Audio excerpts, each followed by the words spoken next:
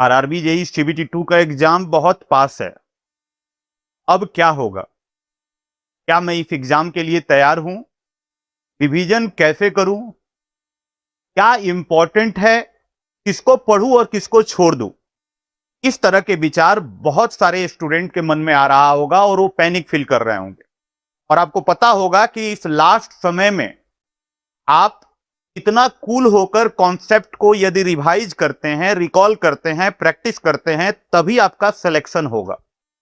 Otherwise ये जो golden opportunity आपको मिला है सीबीटी 1 क्रैक करने के बाद, इसको आप कहीं ना कहीं सही ढंग से अपने पर्पस को आप फुलफिल नहीं कर पाएंगे और आपका एग्जाम खराब हो जाएगा। तो ये सारी बातें बहुत सारे स्टूडेंट के मन में आ रहा है कि कैसे किया जाए और क्या रिवाइज करें और किस पे फोकस करें। तो उसके लिए आप बिल्कुल परेशान ना हो। आप जो भी पिछले कुछ महीनों से जो तैयारी कर रहे हैं उस पर विश्वास रखें, आपकी तैयारी बहुत अच्छी हुई होगी। बस आपको काम है कि लास्ट समय में ज्यादा से ज्यादा प्रैक्टिस करें, चीजों को रिकॉल करें।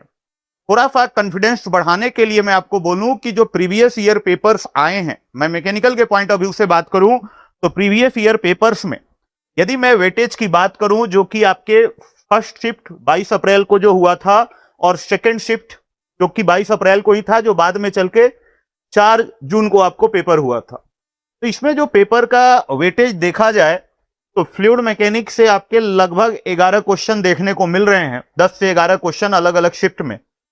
थर्मोडायनेमिक्स से आपको 12 से 14 क्वेश्चन, थर्मो और एप्लीकेशन मिलाकर 12 से 14 क्वेश्चन। थ्योरी ऑफ मशीन से क्वेश्चन आपको बहुत कम देखने को मिला है, यहां है ही नहीं। एक शिफ्ट में एक आध क्वेश्चन होंगे जो बेसिक हैं। मशीन डिजाइन एज सच आपको डायरेक्टली नहीं आता है, लेकिन हाँ सॉम और टॉम के कुछ बेसिक चीजों से मशीन डिजाइन के 2-3 क्वेश्चन कहीं दिख जाए, वो भी सेकेंड शिफ्ट में आपको नहीं दिखा है। हीट एंड मास ट्रांसफर के बेसिक क्वेश्चन है 2 या 3। हाँ, स्ट्रेंथ ऑफ मटेरियल से आपके क्वेश्चन बने हैं। स्ट्रेंथ ऑफ मटेरियल से आपको 10-12 क्वेश्चन देखने को मिले हैं और इस पेपर में तो 17 क्वेश्चन तक आपको देखने को मिला है। सबसे ज्यादा जो वेटेज देखने को मिल रहा है वो प्रोडक्शन का मिल रहा है, जिसमें सारी बातें मटेरियल साइंस के साथ साथ casting, welding, metal cutting, metal forming और मेट्रोलॉजी और सारी बातों को इंक्लूड किया जाए तो आपको 45 क्वेश्चन देखने को मिले और ये कंसिस्टेंट है सारे शिफ्ट में। इंडस्ट्रियल इंजीनियरिंग के क्वेश्चन 8 से 9 क्वेश्चन आपको देखने को मिल रहे हैं और इंजीनियरिंग मैकेनिक्स के भी आपको 6, 7 या 8 क्वेश्चन देखने को मिल रहे हैं। यानी ओवरऑल एक कंक्लूजन ये है कि प्रोडक्शन का वेटेज सबसे ज्यादा है और उसके बाद यदि मैं 3 चीजों की बात करूं तो सॉम, थर्मो और एफएम। क्लियर है बातें? इसका यह मतलब नहीं कि सिर्फ यही पढ़ना है, इसका यह मतलब है कि इस वाले टॉपिक पे थोड़ा रिवीजन आप बढ़ा दें।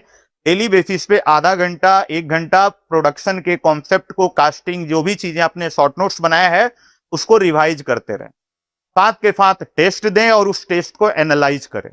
एक कंटिन्यूटी बहुत जरूरी है। होता क्या है कि घर पे बैठे बैठे एग्जाम में सोच सोच कर समय निकल जाता है, तो सोचने पे काम नहीं चलेगा। जैसे ये बच्चा सोच रहा है, आप देख रहे होंगे कि कैसे होगा, क्या मैं तैयार हूं, कैसे करूं रिवीजन, इस तरह की बातें सोचने से काम नहीं चलेगा, आपको काम करना पड़ेगा। तो उसके लिए आपको रेगुलरिटी मेंटेन करना चाहते हैं, कंटिन्यूटी मेंटेन करना चाहते हैं, तो हमारे तरफ से mission RRB JEE CBT 2 batch जो रिवीजन कम क्रैश कोर्स है, ये स्टार्ट हो चुका है। इसमें आपको कंप्लीट थ्योरी का रिवीजन कराया जा रहा है। सब्जेक्टिव मोड, जो भी आपके शॉर्ट क्वेश्चंस हैं, जो भी आपके शॉर्ट नोट्स हैं, वो सारी चीजें दी जा रही हैं। एमसीक्यू प्रैक्टिस आप ज्यादा से ज्यादा करेंगे, उसको एनालाइज करेंगे और ये आप कभी भी और कितनी बार भी कर सकते हैं। जो भी आपके पास समय है उसको पूरा यूटिलाइज कर सकते हैं, जिसके लिए आपको निम्बस लर्निंग ऐप डाउनलोड करना पड़ेगा। उस पर जाकर इस बैच को आप इनरोल कर सकते हैं, या आप 7374000888 या 999 वाले नंबर पे कॉल कर कोई भी यदि क्वेरी हो तो पूछ सकते हैं। तो अब कोई बहाना नहीं चलेगा। आप अपने आप को इस गोल्डन अपॉर्चुनिटी को क्लियर करने के लिए पूरा जी जान लगा दें। यह मौका दोबारा नहीं आएगा। अपने एक एक मिनट का आप यूटिलाइज करें, कॉन्सेप्ट को रिवाइज करें और अननेसेसरी पैनिक ना हो दूसरे के बारे में सोचकर कि वो क्या पढ़ रहा है, क्या कर रहा है। आपको अपने पढ़ाई पे भरोसा होना चाहिए। आपने जो पढ़ा है बस उसको रिवीजन करें, कंटिन्यूटी मेंटेन करें, रेगुलरिटी मेंटेन करें, और जो आपका सपना है और आपके घर वालों का सपना है उसको बिल्कुल आप पूरा कर सकते हैं। Wish you all the best. Thank you very much.